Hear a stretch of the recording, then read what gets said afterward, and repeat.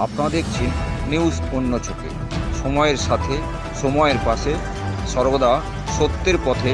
News অন্য চোখে। মথুরাপুর লোকসভাকে সংক্ষিপ্ত তার ভাষণ রাখার জন্য অনুরোধ করব। কুলপি ব্লকের রাজারামপুর গ্রাম পঞ্চায়েতের বাগাড়িয়া মোড়ে এক কর্মী সভার আয়োজন করা হয়।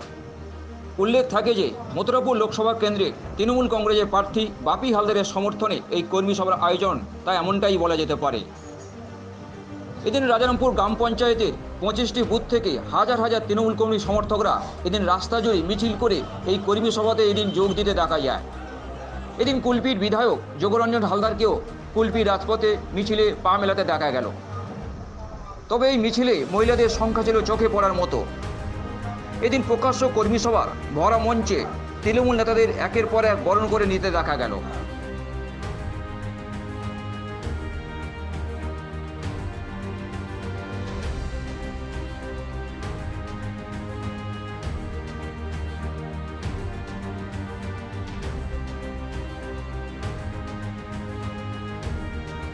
এরপর রাজারামপুর অঞ্চলের দক্ষিণ বেড়ান্দড়ি গ্রামের নির্দল প্রার্থী সহ করিমনগর, বকচর ও রঘুনাথপুর গ্রাম থেকে প্রায় 200 জন আইএসএফ কর্মী এদিন কুলপির বিধায়ক যোগরঞ্জনের হাত ধরে তৃণমূল কংগ্রেসে যোগ দিতে দেখা যায়। এদের হাতে তৃণমূলের পতাকা তুলে দেন কুলপির বিধায়ক যোগরঞ্জন হালদার। এরপর ওই ভরা মঞ্চে তৃণমূল নেতারা এদিন কেন্দ্রের মোদী সরকার ও আইএসএফ নামক রাজনৈতিক দলকে একযোগে কটাক্ষ করতে দেখা যায়। এদিন দেশের মানুষের উন্নয়ন করা, এই প্রধানমন্ত্রীর কাজ কি গ্যাসের দাম কমানো, এই প্রধানমন্ত্রীর কাজ কি তেলের দাম কমানো, এই প্রধানমন্ত্রীর কাজ কি দেশকে সুরক্ষা দেওয়া, করছেটা কি সেই প্রধানমন্ত্রী? আমরা দেখেছি 2014 সালে লোকসভা নির্বাচনের পরে ভারতবর্ষের গতিটাই অপদার্থ প্রধানমন্ত্রী প্রতিষ্ঠিত হয়েছে। তিনি প্রতিষ্ঠিত হওয়ার পরে কি করেছে আমরা দেখেছি। তিনি 2014 সালে লোকসভা নির্বাচনের পরে যখন ভারতবর্ষের মসনদে বসেছে, তিনি মসনদে বসে কি করেছে? তিনি করেছে এই গরিব মানুষগুলো যাদের মাটির বাড়ি আছে পাকা বাড়ি হবে। বিজেপি ভার্সেস তৃণমূলের লড়াই, বাংলাকে বাঁচাতে হলে, বাংলার অস্তিত্বকে অক্ষুণ্ণ রাখতে গেলে, বাংলার সাম্প্রদায়িক সম্প্রীতি বজায় রাখতে গেলে, বাংলার উন্নয়নের ধারা অব্যাহত রাখতে গেলে তৃণমূল কংগ্রেস প্রার্থীকে ভোট দিতে হবে। কারণ আমাদের নেত্রী মমতা বন্দ্যোপাধ্যায় 2011 সাল থেকে ক্ষমতায় আসার পর অদ্যাবধি প্রায় 68টা সামাজিক প্রকল্প ঘোষণার মধ্য দিয়ে বাংলার মানুষের, গ্রামীণ মানুষের, প্রান্তিক মানুষের একটা সামাজিক উন্নয়ন ঘটিয়েছে। সেই উন্নয়নের সুফল সমস্ত স্তরের মানুষ সবাই আমরা পাচ্ছি। তাহলে আমাদের নেত্রী কি বলেছিলেন? আমাদের নেত্রী বলেছিলেন সবাইকে নিয়ে উন্নয়ন। 14 সালে যে মানুষকে ভাওতা দিয়ে এই সমস্ত গরিব মানুষদের বলেছিল 15 লক্ষ করে টাকা দেওয়া হবে, তাই আপনারা জিরো ব্যালেন্স করুন। আপনারা জিরো ব্যালেন্স করেছিলেন, সেই জিরো ব্যালেন্সে একটাও টাকা দেয়নি। আপনারা জানেন বিভিন্নভাবে হিন্দু মুসলমানের মধ্যে সাম্প্রদায়িক গণ্ডগোল বাঁধাবার যে চক্রান্তকারী সেই সরকার, সেই মোদী সরকার। আপনারা জানেন আমরা হিন্দু মুসলমান একসঙ্গে যে বসবাস করি, ভাই ভাই এক দোকানে বসে, কিন্তু সেই বিজেপি কিনা ভ্রাতৃত্ব নষ্ট করে দেয়, হিন্দু মুসলমানের বিভেদ ঘটিয়ে দেয়। আর আপনারা জানেন বিজেপির দোষর সে আর কেউ নয়, এই বাংলায় একটা নতুন দল হয়েছে, তার নাম আইএসএফ। আইএসএফ সমস্ত হিন্দু মুসলমানদেরকে ভাগ করে দেওয়ার চেষ্টা করছে। তাহলে একদিকে ভাবতে হবে আমরা উন্নয়নের পথ ধরবো না আমরা ধর্মের পথ ধরবো। ধর্মের পথ ধরতে হলে তাহলে বিজেপি করতে হবে, আর ধর্মের পথ ধরতে আইএসএফ করতে হবে। যদি পেটে না ভাত থাকে রাম নাম নিয়ে কি হবে? পেটে যদি না ভাত থাকে আইএসএফ করে কি করব? আজকে রাজরামপুর অঞ্চলের যে উন্নয়ন আপনারা জানেন, দীর্ঘ 34 বছর সিপিএম ক্ষমতা ছিল। রাজরামপুরের অঞ্চলে মানুষ সাধারণ একটা গাড়ি ঘোড়া নিয়ে যাতায়াত করতে পারতো না, রাস্তাঘাটের বেহাল অবস্থা ছিল। 2024-এ নির্বাচন হচ্ছে, মোদি ভার্সেস দিদির লড়াই। সেই মোদি ভার্সেস দিদির লড়াইকে শক্তিশালী করতে গেলে দিদির যে মনোনীত প্রার্থী তাদেরকে আমরা জোড়াফুল চিহ্নে ভোট দেবো।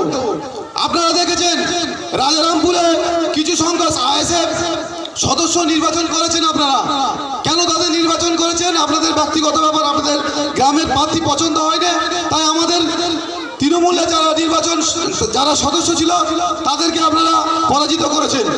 আইএসএফকে যে আপনারা ভোট দিয়েছেন, কিন্তু আপনারা আপনাদের নিজেদের ক্ষতি ডেকে নিয়েছেন। তার কারণ রাজারামপুর অঞ্চলে যদি উন্নয়ন করতে হয় তৃণমূলের প্রধান করবে, অন্য কেউ করতে পারবে না। আজকে যে আইএসএফ করে আমরা লাফাচ্ছি,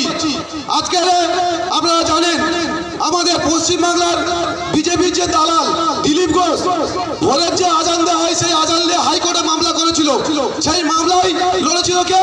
আমাদের মাননীয় মুখ্যমন্ত্রী মমতা বন্দ্যোপাধ্যায়। তখন কিন্তু নওশাদ সিদ্দিকীকে আমরা কাউকে দেখতে পাইনি, আব্বাস সিদ্দিকীকে দেখতে পাইনি, এবং আমাদের যে নেতা নেত্রীরা যারা আইএসএফের নেতা নেত্রী ছিল তারা কেউ মাঠে নামিনি। আমাদের লড়াইটা কিন্তু বিজেপির সঙ্গে। আইএসএফ সে খুঁজছে আমি চতুর্থ স্থানে থাকবো কিনা, সিপিএম সে খুঁজছে আমি পঞ্চম স্থানে থাকবো কিনা। অতএব এই 34 বছরের জগদ্দল পাথর যারা বিতাড়িত হয়েছে তাদের কথা বলে বেশি সময় নষ্ট না করাই ভালো। আর আইএসএফ যারা আছে, যে ক্যান্ডিডেট হয়েছে বা আইএসএফ যে দলটা, এদের পুঁজি ফেল। এদের পুঁজি কে দিত? বিজেপি থেকে এদের পুঁজি আসতো, কিন্তু এদের পুঁজি ফেল কেন? এরা এলাকায় আর মিটিং মিছিল করছে না। এরা যে এলাকায় একটুখানি আইএসএফ ছিল আমাদের দলে ম্যাক্সিমাম যোগ দিয়ে দিয়েছে তৃণমূল কংগ্রেসের সঙ্গে, আর বাকি যেটুকু পড়ে আছে তাদের পুঁজি ফেল কেন না? বিজেপি বলেছিল নওশাদ সিদ্দিকীকে যে যদি তুমি অভিষেক বন্দ্যোপাধ্যায়ের বিরুদ্ধে ডাবল আবার ক্যান্ডিডেট হও তাহলে তোমার আইএসএফ দলটা বেঁচে থাকার ক্ষেত্রে আমরা অক্সিজেন দেবো। কিন্তু আইএসএফ মমতা ব্যানার্জি জিন্দাবাদ, অভিষেক ব্যানার্জি জিন্দাবাদ, ভোট দেবেন কলকারে, ভোট দেবেন কলকারে, মা বোনেরা বেঁধে জোট। এদিনের এই কর্মী সভাকে ঘিরে জনজোয়ারে পরিণত হয়েছিল তা এক প্রকার বলা যেতেই পারে।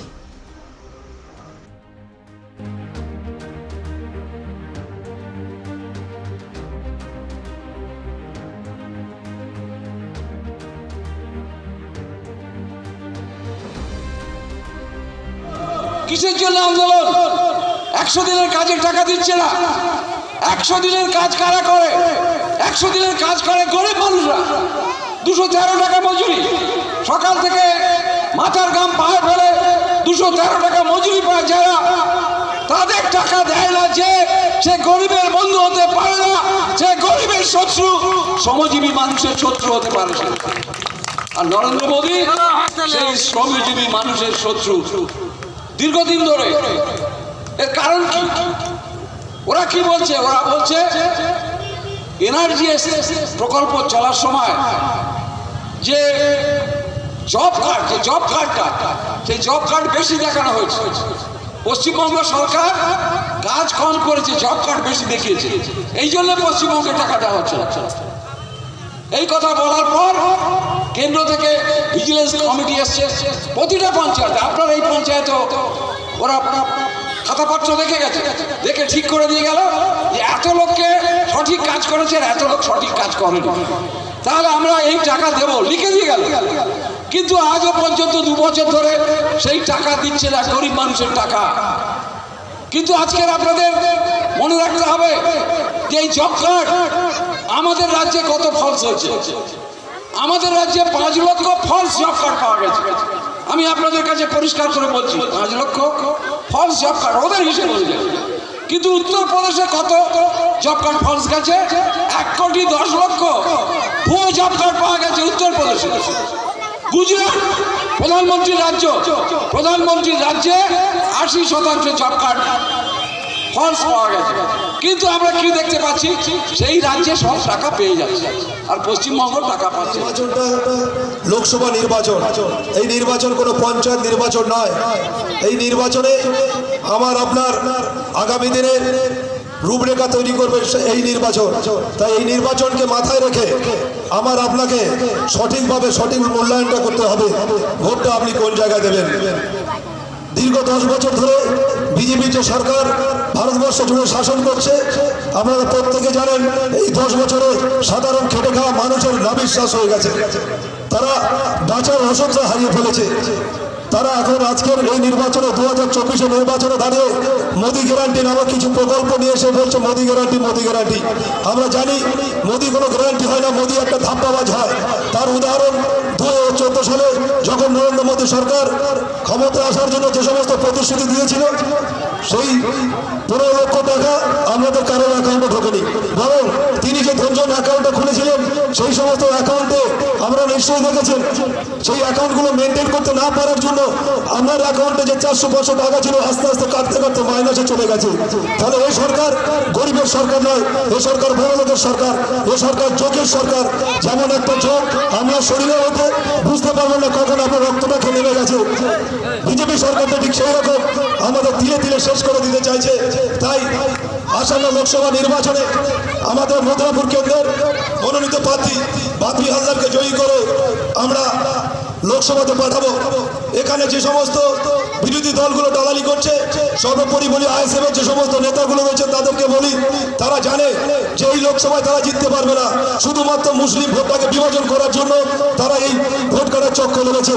তা না হলে বিজেপির যে সমস্ত নেতাকে তারা মুসলমান সম্প্রদায়ের উপরে টার্গেট করে বাজে বাজে কথা বলছে, বিজেপি নেতারা সেদিকে কোনো আইএসএফ নেতারা মন্তব্য করছে না।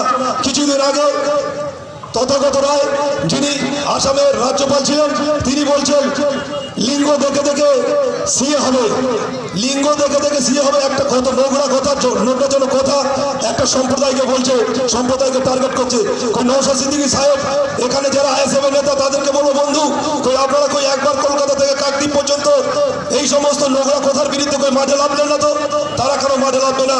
কারণ যদি তারা মাঠে নামে তাহলে নওশাদ সিদ্দিকীর যে জেড ক্যাটাগরি সিকিউরিটি সেটাও তুলে নেবে বিজেপি সরকার। তাই বলবো এদের ফাঁদে পা দেবেন না, এদেরকে চেনার চেষ্টা করুন। চিনে আপনি আপনার মনোনীত প্রার্থী তৃণমূল কংগ্রেসের প্রার্থী বাপি হালদারকে 1 তারিখে জোড়াফুল চিহ্নে ভোট দিয়ে বিপুল করে জয়ী করবেন।